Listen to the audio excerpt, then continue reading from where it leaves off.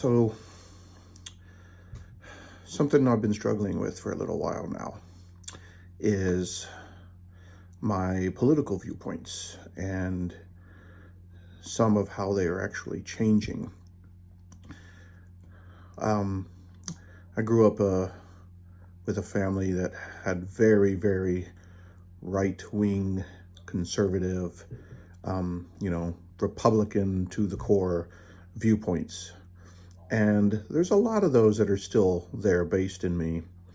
But some of the things I have changed, for example, I'm against the death penalty completely.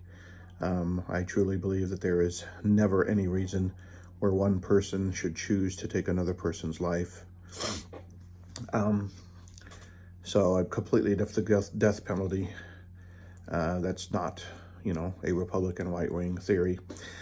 So with some of my thoughts and changes, and the way today's society is, one thing that I'm starting to struggle with is, how much the government should be responsible for and taxing us to pay for those responsibilities. For example, big topics of late has been, affordable health care for everybody, education for everybody, all that kind of good stuff. And we all know that the, conservative right-wing Republican point of view is, not as government involved as, the left-wing, more liberal point of view.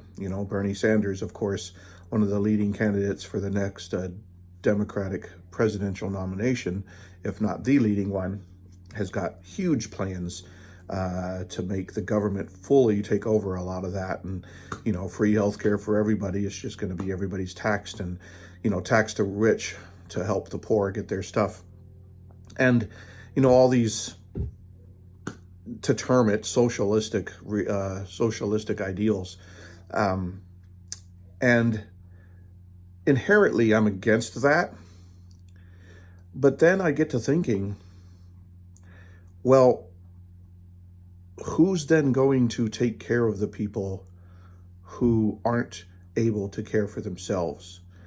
And though I disagree that it's fully the government's responsibility to do a lot of things that the liberal side is wanting to do, I can't no longer argue against it because the people who are supposed to be doing it aren't. And what I mean by that is, if I'm understanding biblical principles properly, it is our responsibility to take care of the widows, the orphans, the poor, the disabled, all that kind of stuff. And though what a lot of the liberals are talking about goes far and above and beyond just that, we're not even doing that as a society on our own without government intervention. See, if I'm understanding biblical principles properly, it is our responsibility, it is the church's responsibility, and if we were doing it the way the Bible would want, we would all be giving to the church, and then the church would be taking care of those in need. But we're not doing that as a society. I mean, quick and simple research shows that depending on who's doing the research, anywhere from 20 to 40% of people in America are regular church-going people, which probably means even a less percentage of that actually tithe. So, first off, we're not living up to our responsibility there. And if we're not living up to our responsibility there, then how can the church truly do theirs when it comes to giving to the people and helping the people in need? And then, of course, you get into the ideas of our churches, all churches actually out there properly using the money. And this is not a video about that. But so what I'm saying, though, is, are we as a society doing things the way that God intended it to be done? And I have to say no. As a whole, we're not anywhere close. And since we're not anywhere close, then somebody's got to step in and do it. And who am I to say that it's not the government to do it? Because again, who's doing it? So though I'm against the idea of government having such control and being so big and involved in all that, I'm finding it harder to argue against it because, again, it's got to be done. Now, again, at what level and what capacity are they going to do it? Well, again, that's going to go on to, well, how much needs to be done and who's actually doing it so they don't have to. Let's take the school system, for example. I'm completely, so much frustrated and fed up with our schooling system, our public school system. And I think as a whole, everybody I talk to, even people without special needs kids as a whole, really feel that there's a big problem with our public school system. And it should have never been federally run. It should never be state run. It should always be something that is run by the people directly involved in it, by the communities, by the cities that they live in. But again, it wasn't being done in each community. And yes, maybe some communities were doing it well, but many weren't. And so then the government did step in and try to federalize it and try to standardize it because that's all they know how to do. And yeah, I have a problem with that. But again, I can't really blame them for not stepping in to do something about it. Because here's the thing. We as a society as a whole, maybe not you individually, maybe not me, but we as a society pretty much asked for them to do it. We keep asking them to step in and do it by not doing it ourselves. And that is where I have a hard time arguing against it. So, I'm struggling with, being anti-Bernie Sanders because what he's proposing to be done is to an extreme and is a socialistic, ideal that I really am not on board with. But he is right about certain things. We do have a large problem of a lot of people in need not being helped. And yes, in his systems and systems close that we already have in place, there are people who take advantage of the system and there are people who abuse it. But still, there are a lot of people out there. We have so many homeless, and with as much money as this country has, why should we have any homeless?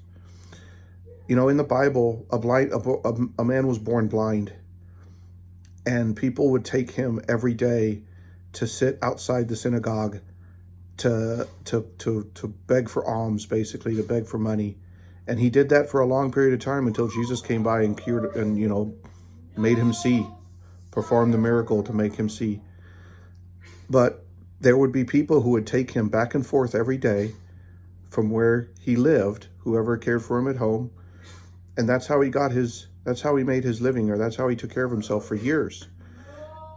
And though it's a very, very, small example, people who went in and out of the church are the ones who gave him the money. That's a microcosm of what should be happening. We should be giving to the church. The church should be making biblical principle decisions and then taking care of the poor, the needy, the sick, the disabled, the orphans, the widows, and all the others that the Bible says that are in need. And even the ones that they might not say directly, but they are in need.